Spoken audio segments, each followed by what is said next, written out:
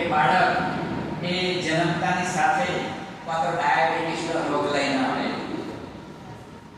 અમુક નાના બાળકો 5-10 વર્ષના હોય છતાં પણ એમને ગંભીર રોગો એ ક્યાંથી આવે છે? આ પ્રદૂષણના કારણે, પ્લાસ્ટિકના વપરાશના કારણે આવે છે. તો આના ઉપર આપણે આપણા જીવનની અંદર જો વિચારીશું અને ઓછું કરીશું જન્મદિવસ બાળકોને પણ એ પ્રત્યે સભાન મેળવવા માટે પ્રયત્ન કરીશું તો ખરેખર સુધારો થશે. ટકાઉ ભવિષ્ય ભાવિ પેઢીઓ માટે સ્વાસ્થ્ય અને સંતુલિત પર્યાવરણ સુનિશ્ચિત કરવામાં મદદ કરે છે. આ બાબતો પરથી પર્યાવરણ શિક્ષકો મહત્વ સમજે છે, પરંતુ એ શિક્ષણ કેવી રીતે અપાય તો તે સાર્થક અને એ પ્રશ્નો સરળ ઉત્તર આપવામાં આવે છે. માટે શિક્ષણની પ્રક્રિયા અસરકારક બનાવવા ઉપર ભાર મૂકવામાં આવે છે.